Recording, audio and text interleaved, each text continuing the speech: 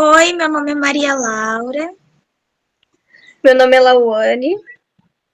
Eu sou a Maria Helena.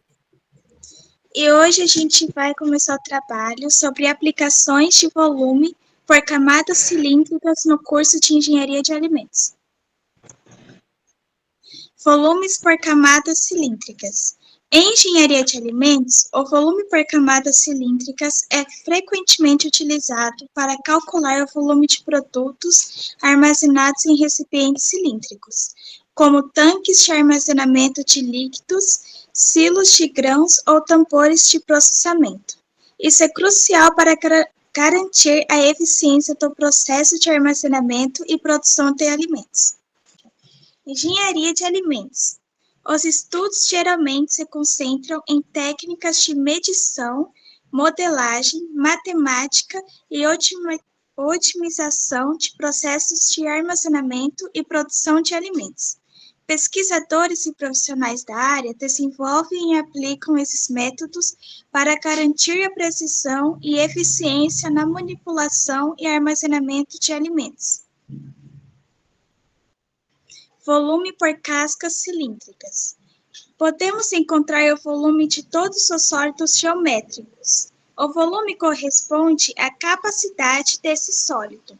Se existe essa possibilidade, podemos realizar o cálculo do volume para cada objeto pensado.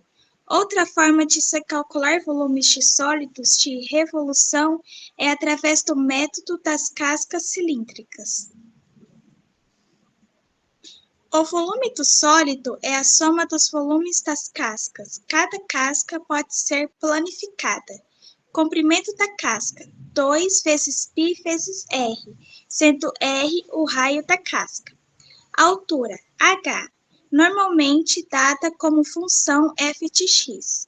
Espessura, ΔX, que tende a dx, quando o número de fatia tende ao infinito.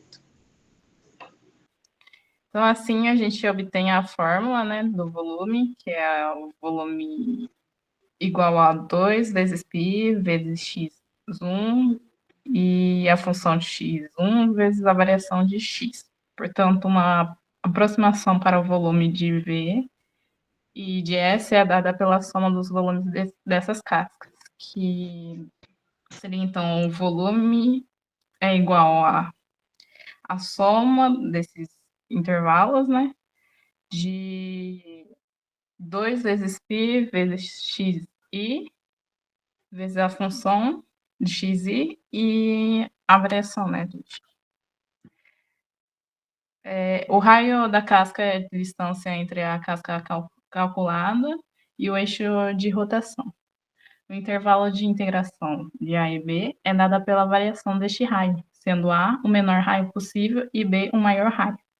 A altura da casca muitas vezes tem relação com a função que originou o sólido, mas nem sempre é a própria função, a variável. Depende do eixo e da reta, no qual foi feita a rotação. Então, em torno do eixo x, a integral definida de A e B vai ser dada pelo 2 vezes π vezes o raio em y, vezes a altura da casca, vezes a variação em y. Em torno do eixo y, o volume vai ser dado pela integral definida de A em B, de 2 vezes π vezes o raio em x, vezes a altura da casca e a variação em x. E o problema que nós trouxemos aqui para demonstrar. Então, vamos considerar o problema de encontrar o volume de um sólido obtido pela rotação em torno do eixo y, da região delimitada por y igual a 2x² menos x ao cubo, e y igual a zero. Assim, obtivemos a área ao fatiar o sólido com um plano perpendicular ao eixo x. E se fatiarmos perpendicularmente ao eixo y, obteremos uma reta. Se fizermos ΔR igual a R2 menos R1, a espessura da casca, e R1 sobre 2, R2 mais R1, o raio médio da casca, então a fórmula para o volume de uma casca cilíndrica se torna volume igual a 2 vezes π vezes R vezes H vezes ΔR.